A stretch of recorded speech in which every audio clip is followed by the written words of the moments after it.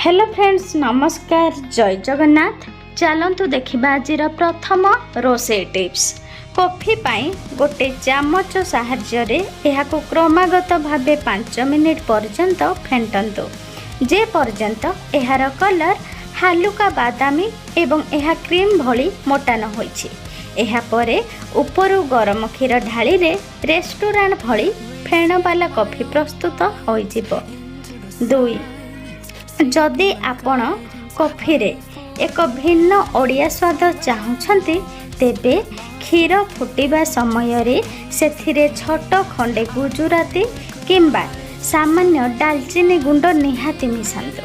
एहा कॉफीर टेस्ट को बहुत बढ़ाई दिए एवं शरीर को मध्य आराम मिली थाए। नंबर 3 कॉफी पाउडर को केबे मध्य भूल रे सीधा सड़क फुटंता क्षीर बा पानी रे पकाई अधिक समय फुटांतु नाही।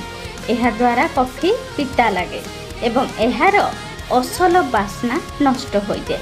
कॉफी पाउडर को सब बेले कप रे रखी ऊपर गरम क्षीर किंबा पानी ढालिबा उचित। नेक्स्ट, बोरा छाणिबा मात्रे ताकू सीधा सड़क दही रे न पकाई प्रथमे हालुका उषुम लुण पानी रे 2 मिनिट पाई बुड़ाई रखंतु।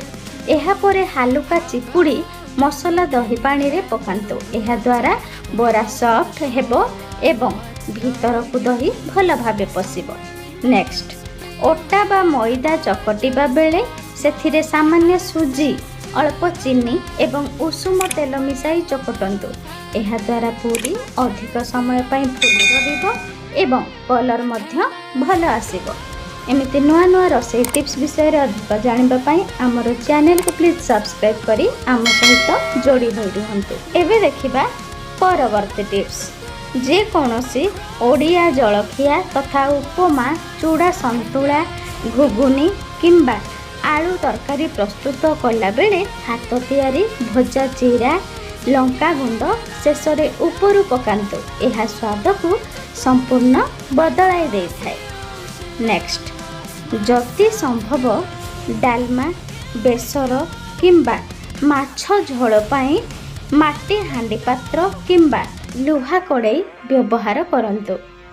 काहेकि ना लुहा कड़ाई रे रोसई कले स्वाद बढ़िबा सहित शरीर को मध्य आयरन मिली थाए। एबे देखिबा परवर्ती टिप्स।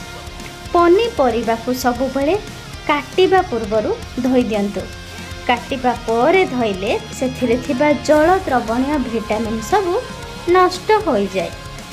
नेक्स्ट, तरकारी झोल को अधिक बहलिया करबा पई हेले काजू किंबा क्रीम आपण व्यवहार न करी सिझा आलू, कोरा नड़िया किंबा मगज हेउ कि पोस्त बटा हेउ व्यवहार करि परिबे।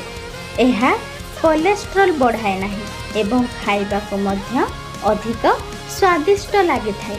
एबे देखिबा शेष टिप्स। खाद्य रे प्रतिदिन व्यवहार हेउथिबा 3टी धला जिनिस तथा मैदा, धला चीनी एवं अत्यधिक धला लुणर व्यवहार जेते पारिबे सेते कम करंतु। मैदा बदल रे ओटा बा मांडिया, चीनी बदल रे गुड़ एवं साधारण लुण बदल रे संधेव लुण व्यवहार करिबा स्वास्थ्य पाई अत्यंत लाभदायक।